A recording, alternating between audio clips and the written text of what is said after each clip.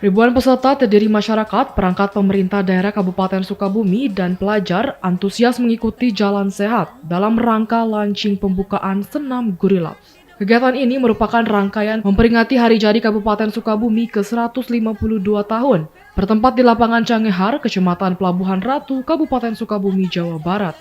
Bupati Sukabumi Marwan Hamami mengatakan launching Senam Gurilaps ini merupakan olahraga kreasi untuk mendorong keberadaan geopark. Diharapkan menjadi ikon Kabupaten Sukabumi dan nasional. Seperti diketahui, Gurilaps merupakan gagasan dari singkatan akronim dari Gunung Rimba, Lautan, Pantai, Sungai, dan Seni Budaya Sukabumi. Ia sangat mengapresiasi kepada inisiator Senam Gurilaps. Pagi hari ini ada launching Senam Gurilaps, di mana kreasi ini didorong karena adanya geopark. Mudah-mudahan ini menjadi ikon Sukabumi dan juga ikon nasional untuk senam di tempat geopark ya di Indonesia.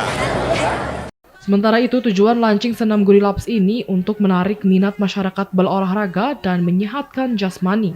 Diharapkan dapat menjadi salah satu ikon Kabupaten Sukabumi. Dari Kecamatan Pelabuhan Ratu, Kabupaten Sukabumi, Iqbal Bakar melaporkan untuk Dinamika.